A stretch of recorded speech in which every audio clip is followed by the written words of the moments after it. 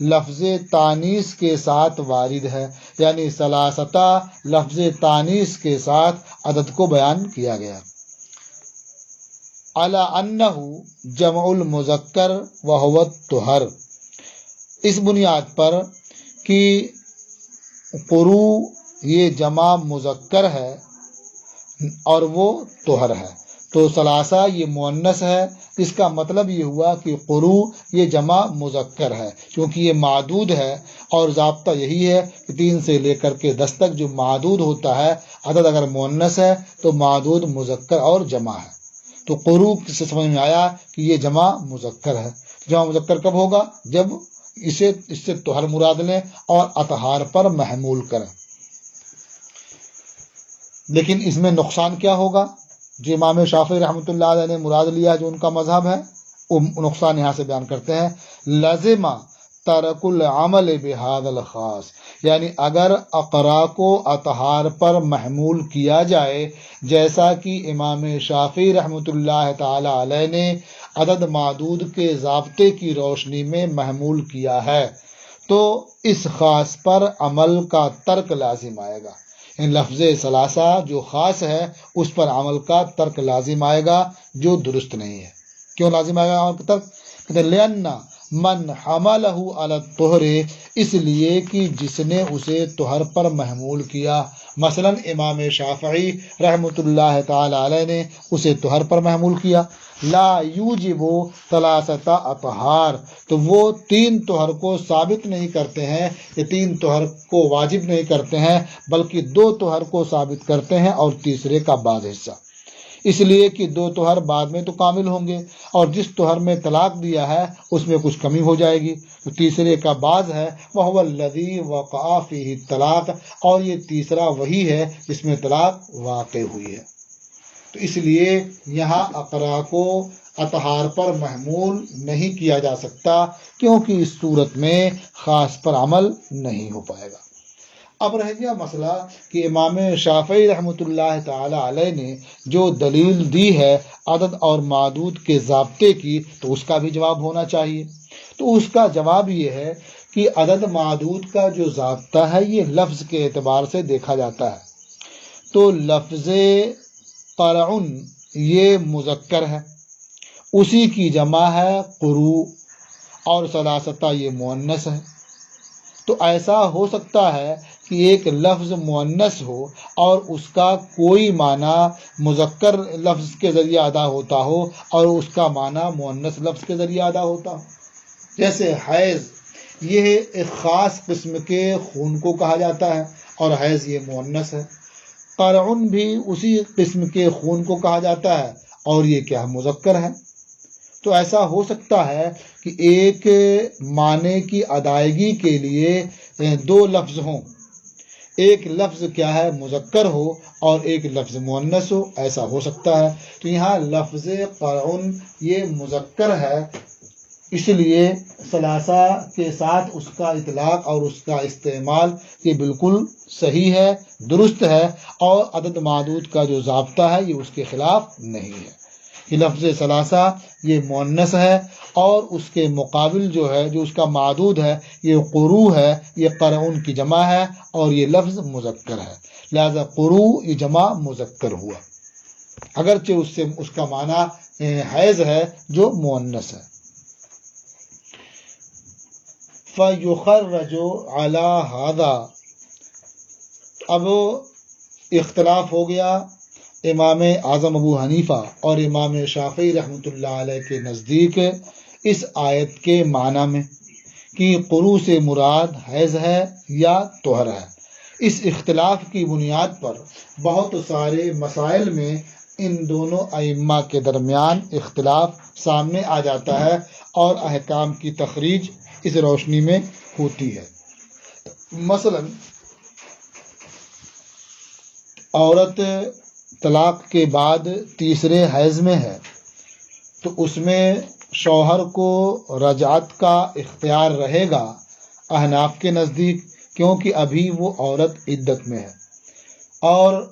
اس سے رجعت کا اختیار نہیں ہوگا امام شافعی رحمۃ اللہ علیہ کے نزدیک، کیونکہ اس کی عدت یہ پوری ہو چکی ہے۔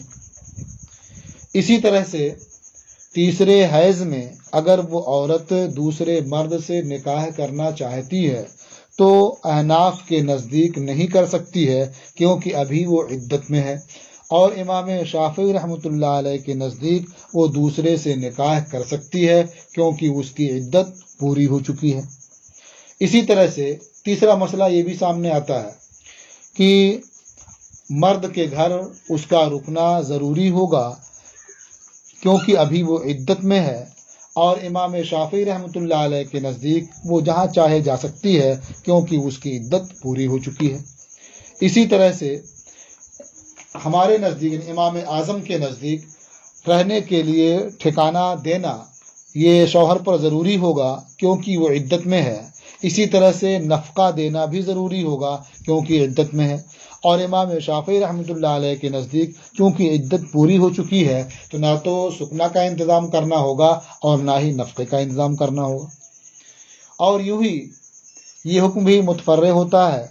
کہ ہمارے نزدیک اگر عورت اپنے شوہر سے خلا کرنا چاہتی ہے تو کر سکتی ہے کیونکہ اس کی بیوی ہے، حکماً وہ عدت میں ہے، حکماً اس کی بیوی ہے، اور طلاق دینا چاہتا ہے شوہر تو اسے طلاق بھی دے سکتا ہے اس لیے کہ وہ عدت میں ہے۔ اور امام شافعی رحمۃ اللہ علیہ کے نزدیک یہ دونوں نہیں ہو سکتا کیونکہ وہ عدت سے نکل چکی ہے، اس کی عدت پوری ہو چکی ہے، اب وہ اس کی بیوی نہیں ہے۔ اور یہ حکم بھی متفرع ہوتا ہے کہ اگر مرد اپنی اس مطلقہ بیوی کی بہن سے نکاح کرنا چاہتا ہے تو امام شافعی رحمۃ اللہ علیہ کے نزدیک نکاح کر سکتا ہے کیونکہ یہ بیوی عدت سے نکل چکی، اس کی عدت پوری ہو چکی ہے، اب اس سے اس کا کوئی رشتہ نہیں رہ گیا۔ لیکن امام اعظم و حنیفہ رحمۃ اللہ علیہ کے نزدیک اس کی بہن سے نکاح نہیں کر سکتا کیونکہ ابھی یہ عدت میں ہے، اگر اس کی بہن سے نکاح کرتا ہے تو یہ جمع بین الاختین ہوگا جو درست نہیں ہے۔ اسی طرح سے اگر مرد اس عورت کے علاوہ 4 عورتوں سے اور نکاح کرنا چاہتا ہے تو امام شافعی رحمۃ اللہ علیہ کے نزدیک کر سکتا ہے کیونکہ یہ عدت سے نکل چکی ہے، یہ 5ویں نہیں ہوگی، اور امام اعظم و حنیفہ رحمۃ اللہ علیہ کے نزدیک اس کے علاوہ 4 سے نکاح نہیں کر سکتا کیونکہ جو عدت میں ہے اس کا بھی شمار ہوگا تو 5ویں ہوگی۔ اور یوں ہی میراث کے احکام کی بھی تفریح ہوتی ہے کہ اگر عورت عدت میں ہے، تیسرے حیض کے زمانے میں ہے ابھی، اور مرد کا انتقال ہو جاتا ہے تو ہمارے نزدیک عورت میراث کی حقدار ہوگی، ترکہ پائے گی کیونکہ ابھی وہ عدت میں ہے، اور امام شافعی رحمۃ اللہ علیہ کے نزدیک وہ ترکہ میں وہ شریک نہیں ہوگی، اس کا حصہ نہیں ہوگا، اس لیے کہ اس کی عدت پوری ہو چکی ہے، اب شوہر سے اس کا کوئی تعلق نہیں رہ گیا۔ تو میراث کے جو بہت سارے احکام ہیں، بہت سے شعبے ہیں اور بہت سی تفصیلات ہیں، کثرت کے ساتھ جو میراث کے احکام ہیں وہ سب اس پر متفرع ہوں گے۔ یعنی ہمارے نزدیک جہاں بھی بیوی کا دخل ہوتا ہے، جہاں وہ حصے دار ہوتی ہے، وہاں اس کا دخل رہے گا، وہ حصے دار ہوگی کیونکہ ابھی وہ عدت میں ہے، اور امام شافعی رحمۃ اللہ علیہ کے نزدیک عدت اس کی پوری ہو چکی ہے، اس لیے اس کا حصہ نہیں ہوگا اور کوئی دخل اس کا نہیں ہوگا۔ فَيُخَرَّجُ عَلَى هَذَا، تو اس اختلاف کی بنیاد پر درج ذیل احکام کی تخریج کی جاتی ہے، ان کا استنباط کیا جاتا ہے۔ حکم الرجعۃ فی الحیضۃ الثالثہ وزوالہ، تیسرے حیض میں رجعت کا حکم ہمارے نزدیک ہے، اور رجعت کے حکم کا زوال یعنی ختم ہو جانا امام شافعی کے نزدیک ہے۔ وتصحیح نکاح الغیر وابطالہ، غیر سے نکاح کا صحیح ہونا امام شافعی کے نزدیک ہے، اور صحیح نہ ہونا، باطل ہونا، یہ ہمارے نزدیک ہے۔ وحکم الحبس والاطلاق، اور